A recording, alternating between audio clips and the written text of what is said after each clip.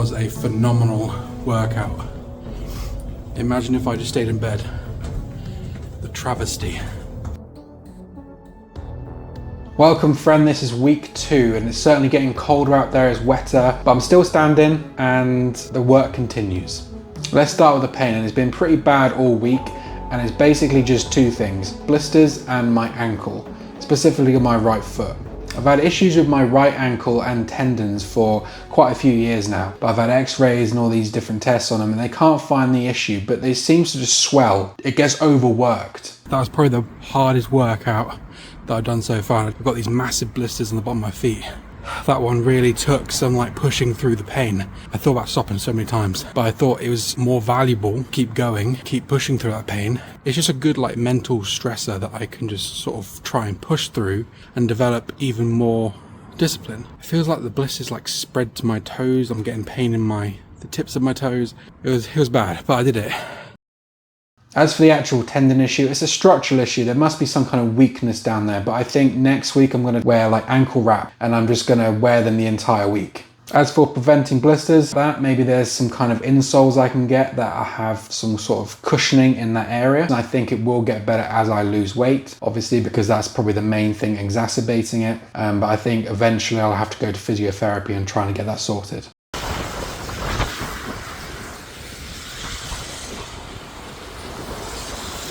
I tried to do a cool intro, but I just ended up slapping myself in the face with my tip.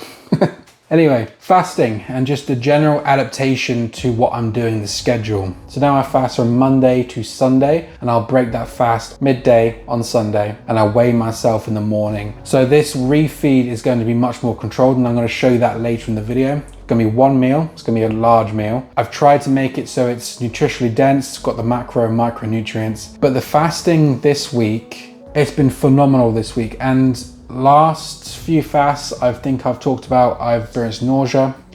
I've not experienced any nausea on this fast. My energy has been very, very consistent, and that's what I want really, and that's the same with my mood. I think fasting has made me calmer this week, even through stress and just being aggravated in different situations. I've still maintained a calm, professional demeanor. I feel so level-headed, I feel clearer. I feel more able to articulate. When I'm trying to fit all of this in, all the exercise, the early mornings, having that energy being stable throughout the day is absolutely key. I've not weighed myself yet, but I suspect that it'll be similar to last week. I feel a lot less bloated. I said that last week, but I feel less bloated than even then. And it's just going so well. I'm adapting well to it. And adaptations haven't just happened with the fast. It's happened mentally and it's happened physiologically with the exercise side.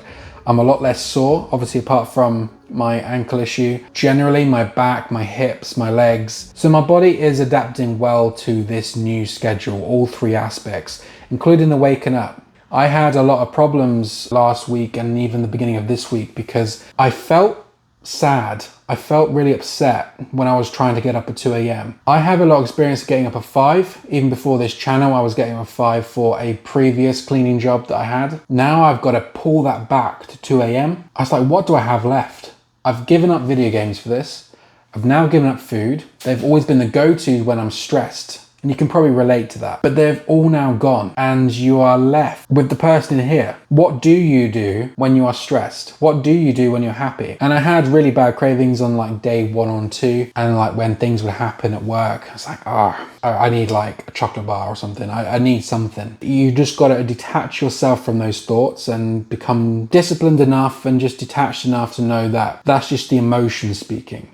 It's not really you. You know what you're doing. The plan is clear. You just got to stick to it. But I've overcome that feeling of vulnerability. Waking up at 2 a.m. is not scary anymore. Also, just the waking up part, I was very, very groggy, but I am now a lot more alert. I'm a lot more awake and I'm getting just enough sleep, around 6.5 hours. So I'm adapting very, very well to the routine, I think. And I couldn't be happier.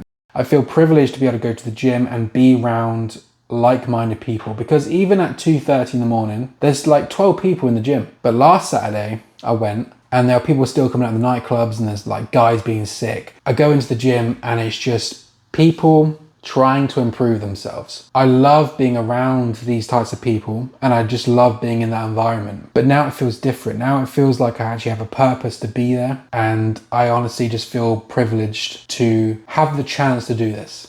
On Thursday morning, when I was coming back from the gym, I was going to work, my first job, and around 4:10, on the other side of the road, I hear, "Help, help, help." And I look over, there's a young boy, turned out to be a 13-year-old boy, he's flagging me down.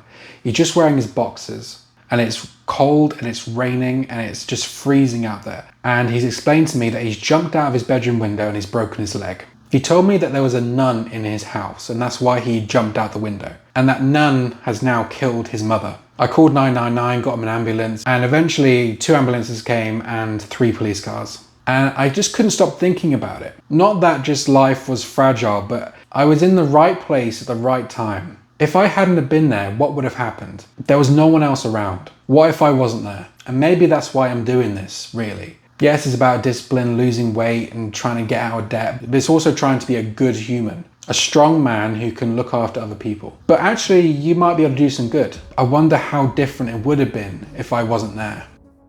So, time for Debt Attack, and it's our weekly roundup of anything that's been paid off or anything I've sold and contributed to paying off my mountain of debt. And unfortunately this week nothing has actually happened. The 3 things that I put up for sale, the shoes, the headset and the Halo book, have not sold. So they are listed, but it is what it is. I'm honestly running out of things to sell anyway, so I'm scraping the bottom of the barrel.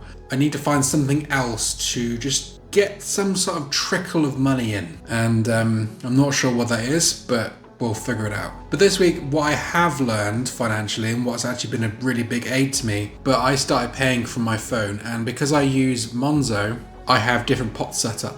So financial organization is a new thing that I'm actually developing. So when I'm paying for food, I'll use my food card. When I'm paying for transport, if I need it, I'll have like a £50 transport fund, for example. And this has really helped me not dip into my overdraft, for example. It's basically an envelope system.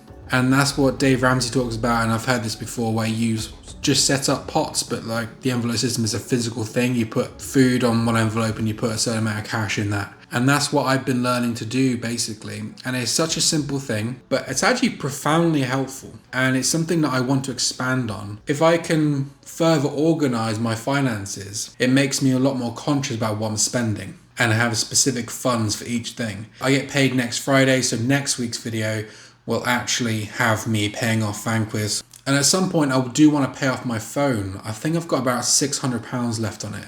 I mean, for the actual device, not the contract. I was talking to someone about this and they didn't really consider it debt, but really it is, because it is a payment plan. And it is, you've taken out credit, basically. I don't think you pay interest, obviously, on it, but you're still paying back for that phone. So technically, if I were to do that, the phone would be the next thing. Yeah, so let me know in the comments down below if I should actually pay off my phone next, or if you think it's logical. I think it's logical, but I think a lot of people might disagree. Good morning, it is Sunday, so I'm going to weigh myself. It is around 8:10 in the morning. I've been to the toilet, I've had no drinks, and we're refeeding later today at 12 o'clock, and I'll show you briefly what that looks like, and then we're moving into week 3. So last weigh-in, I was £363 dead on. So to reach my £100 goal by January 1st, I think I have to lose 1.3 pounds a day. Here we go, I'm excited.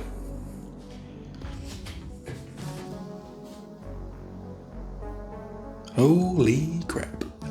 So that's nearly a stone. I guess all the exercise and fasting together is really paying off. That's mental. I don't know, is that safe? Am I okay? I don't know. That's like even more than last time. And I didn't even go to the gym every day. There was 2 days I didn't go to the gym, so maybe I could even lost even more. That's mental. Okay, good start. I'll see you for the refeed.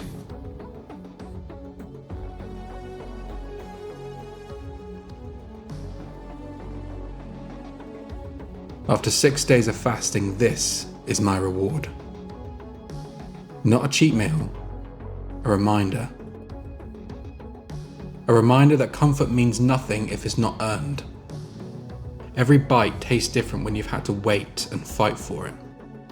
The hunger, the limping, the long walks, they all strip away that noise until there's just you, your discipline, and your word.